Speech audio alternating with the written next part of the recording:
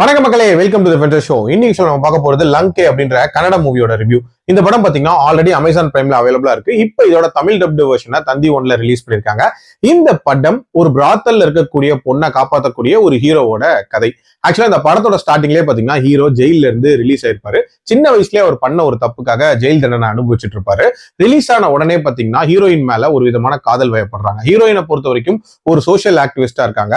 எதிர்பாராத சில காரணங்களால மந்தார தேவி அப்படின்ற ஒரு லேடி நடத்தக்கூடிய பிராத்தல்ல போய் மாட்டிக்கிறாங்க. அங்கிருந்து வெளியே வர முடியாத ஒரு சூழ்நிலையில இருக்காங்க.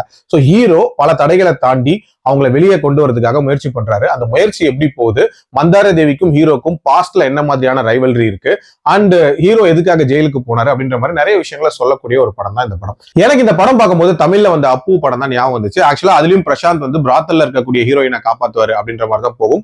இதுவும் அதே மாதிரியான ஒரு கதைக்களம் தான். பட் இதுல காரணம் அப்படின்றது கொஞ்சம் வித்தியாசமா இருக்கும். அதாவது ஹீரோயின் வந்து லவ்வர் அப்படின்றத தாண்டி இவருக்கும் பாஸ்ட்ல இந்த மாதிரியான ஒரு சம்பவம் நடந்திருக்கும் அப்படின்ற மாதிரி காட்டியிருப்பாங்க. அதாவது ஹீரோவோட வீட்டுல இருக்கிற ஒருத்தரும் இந்த மாதிரி ஃபோர்ஸ்ஃபுல்லா பிராத்தல்ல தள்ளப்பட்டிருப்பாங்க அப்படின்ற மாதிரியான ஒரு காட்சியை காட்டியிருப்பாங்க. ஆல்சோ மந்தார தேவிக்கும் ஹீரோக்கும் இருக்கக்கூடிய அந்த ரைவல்ரி பல வருஷங்களா இருக்கு அப்படின்றதுக்கான அந்த கனெக்ஷனுமே நீட்டாவே சொல்லியிருப்பாங்க. அதே மாதிரி இந்த படத்தோட அந்த மாஸ் சீக்வன்சஸ் அப்படின்றதுமே ஓரளவுக்கு நீட்டாவே அமைச்சிருப்பாங்க. அதுலயும் அந்த இன்டர்வல் பிளாக்ல எல்லாம் பாத்தீங்கன்னா கிட்டத்தட்ட கில்லி ரேஞ்சுக்கு ஒரு சேசிங் சீன் எல்லாம் வச்சிருப்பாங்க. அதெல்லாமே நீட்டா தான் இருந்துச்சு. அண்ட் இந்த படத்தோட கிளைமேக்ஸ் எப்படி இருக்க போதுங்கிறது ப்ரெடிக்டபிளா இருந்தாலும் கொஞ்சம் ஒரு மாதிரி பிரம்மாண்டமா முடிச்சிருப்பாங்க அப்படின்னு சொல்லலாம். நெகட்டிவ்ஸை பொறுத்த வரைக்கும் பாத்தீங்கன்னா இந்த படத்தை ஒரு கமர்ஷியல் டெம்ப்ளேட்குள்ள ஃபிட் இன் பண்ணணும் அப்படின்றதுக்காக ஃபோர்ஸ்ஃபுல்லா சில விஷயங்களை ஆட் பண்ணிருப்பாங்க.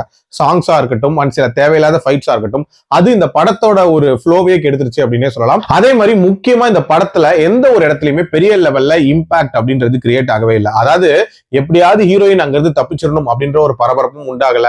அண்ட் அதே மாதிரி ஹீரோவோட பிளாஷ்பேக்கை பொறுத்த வரைக்கும் அந்த கனெக்ஷன் எல்லாமே நீட்டா இருந்தாலும் அதுலயும் அந்த எமோஷனல் கனெக்ட் அப்படின்றதெல்லாம் பெருசா இல்லவே இல்லை. அண்ட் எப்படி தப்பிக்கிறாரு, எப்படி மாற்றாரு, இது எதுவுமே சுத்தமா லாஜிக்கு உட்பட்டு இருக்காது அப்படின்னே சொல்லலாம். ரொம்ப ரொம்ப ரேண்டமா அமைக்கப்பட்ட மாதிரி தான் இருக்கும். ஓவரால் ஒரு பக்கா மாஸ் கமர்ஷியல் மூவி தான் கொடுக்கணும்னு ட்ரை பண்ணிருக்காங்க.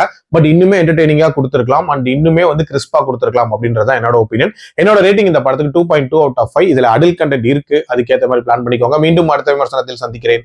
நன்றி, வணக்கம்.